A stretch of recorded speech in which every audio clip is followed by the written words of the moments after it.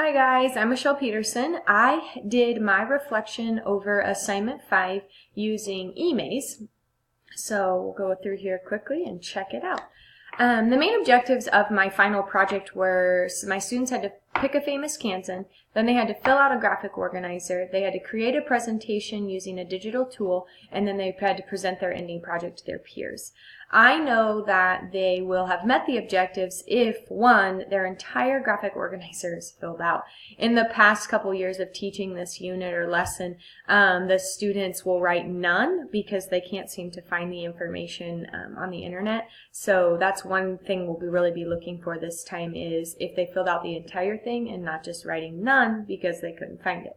I'll also know that they've met the objectives if they present a presentation using a digital tool to their peers and myself.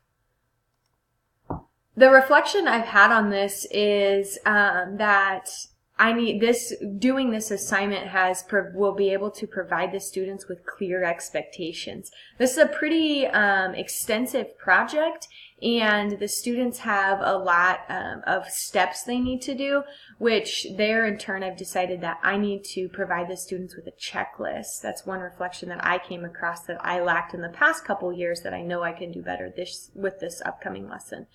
Something else that I did that I will make this successful for my students is that I've provided examples. I'm not going to show the examples due to time today, but you can find the examples in my assignment 5. I've linked them in there. There's 3 different ones. I think by providing those examples to my kids, they will have a much easier time coming up and being creative in coming up with their own presentation tool. I also think that by mapping this out and doing this assignment for my grad class, it's going to become more effective within my classroom because it's going to keep me very organized. This is kind of like my checklist with this assignment, and I think after I provide my students with the checklist, they're going to have very clear expectations of this is what I do first, this is what I do second, third, and so on.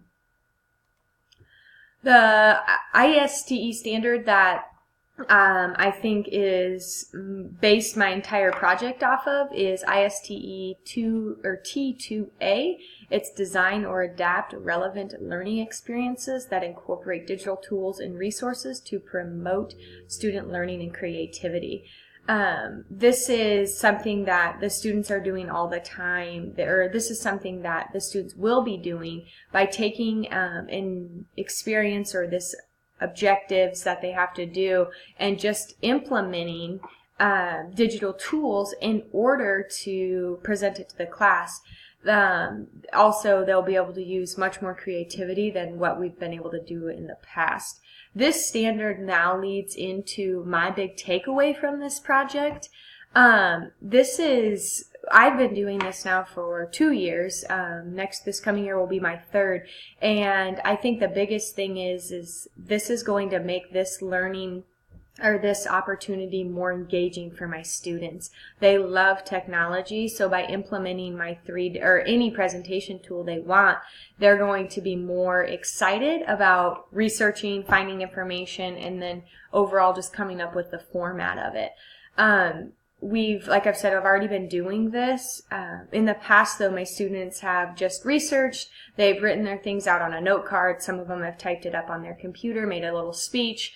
And then they've taken a giant poster, they've cut out the top, and they'll put it up underneath their faces, and the bottom of the poster will be, they have decorated to match what their famous Kansan looks like. I think they enjoyed that. However, I think implementing this digital tools will definitely make it more effective and more engaging for my students. So that's my biggest takeaway. I've appreciated learning from all of you guys, and I can't wait to see your guys' projects as they become posted.